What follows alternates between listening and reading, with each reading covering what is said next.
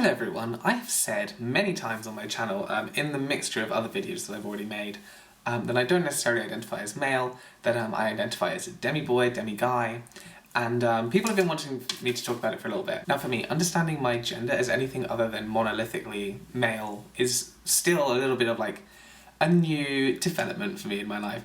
The first time that I was really able to start to unpack my gender and think a bit more critically about it, though this wasn't a conscious decision at the time, was in my second year at university, when, and as you might recall if you've seen some of my other videos, I was living in one house with 11 other guys. So these guys were my friends for my second year of university. We went on socials, we did a lot of drinking, we basically like partied together a lot, and I enjoyed it, and I enjoyed the way that I acted around them. And I think that acting around them was like, and is an important word to use, because I still felt myself, but I felt like I was artificially exaggerating very what would normally be like quietened parts of myself, like trying to like be more macho or whatever. It's something that I really much enjoyed because it was this kind of conformity, it was new, these people were bringing out something in me that was normally brought out by the company that I would normally have. But ultimately, it was something that I wasn't particularly comfortable with, I couldn't really do genuinely, it didn't fulfill me at all. And I think that's probably why our friendship like very easily kind of flaked away after some time. Although these kind of years was like a pivotal moment for me in understanding myself, it does fit in with a lot more anecdotal kind of memories that I have regarding like gender, my own masculinity, that I'm not going to go into now. But we can talk about it in the comments if you like. I think since that time, a little bit before and certainly afterwards, I've been learning more and more lessons about my own gender, my own understanding of myself, but two main things really stick out for me. I think I just have a fundamental discomfort with like interacting with men, or at least a discomfort in comparison to the ways that I interact with women or non-binary people. It even exists to a lesser extent with like queer men. Like, whenever I'm in a one-to-one conversation with just a man, I very like naturally and I recognise it as soon as I do it, I sink back into something that is artificially more macho, a little bit more like banterous, I guess, or at least banterous in a different way to like my own normal sense of banter about blah, blah, blah. Seeing masculinity and realising, as I'll come to, that it's a different kind of conception of masculinity to my own, seeing that and seeing how comfortable people appear to be carrying this weight of like maleness on them, is really, really intimidating. I feel an intense need to measure up, to gain validation or approval from them, to really like prove that because I look this way and I've been raised male that I must like fit in with this mold, I must conform, which is something that was really hard for me to recognise originally, because a lot of the things that I do are often to do with like deviance or unconformity. So that was the first thing. The second thing I realised is that since I was 13, and even before that, in every aspect of my social life, every aspect of the things that I've done, I have always surrounded myself with the company of women.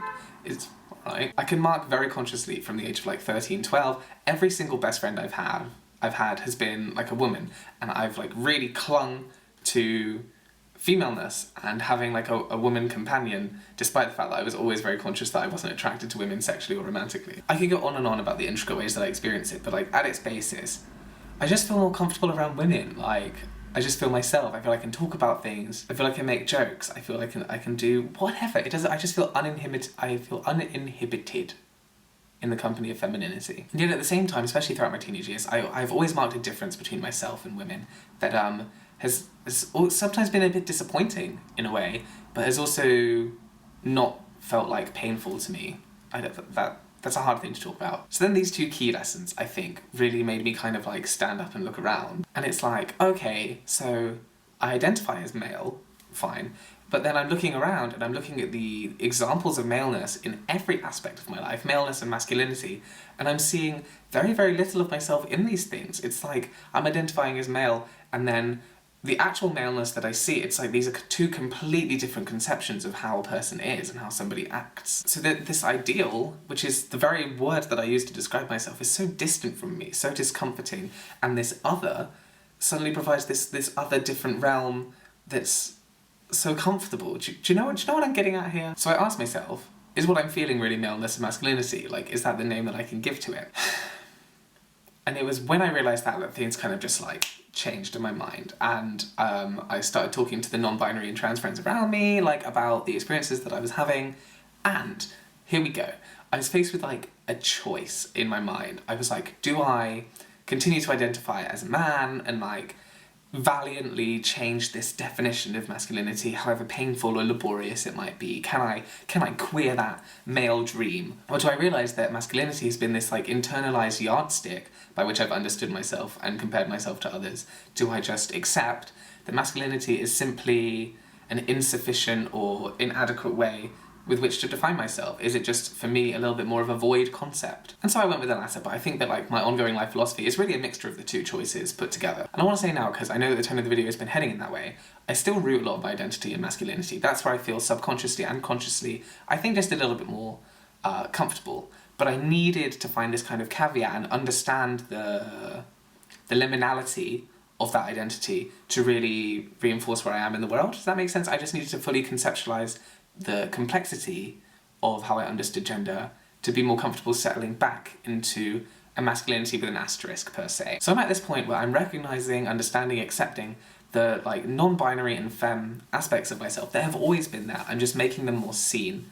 And I'm understanding them through an identity that's tied to masculinity at its root, but it's tied there by queerness, by deviation, by some difference. My identity on this end, I would say, is placed kind of on the cusp, and sometimes it's more fluid and it fluctuates. It balances this comfort of masculinity with the discomfort of masculinity, and the comfort of femininity with the distance and discomfort of femininity, and I'm somewhere here in the middle, and I rock. So I use the word Demi-boy or Demi-guy to describe myself. I take he, him pronouns and they, them pronouns, just to make this whole complex thought process that I'm making so brief, at least as brief as I can right now, just to make this clear, to give this knowledge to somebody just through these words, these powerful words, that there's some derivation to my identity. But crucially, and I just want to conclude on this note, I'm very lucky, in my opinion, to have a kind of non-binary, more femme identity that's still rooted to masculinity as an AMAB person, as somebody who is assigned male at birth, because I can allow being a demi-boy or a demi-guy be more trivial to me.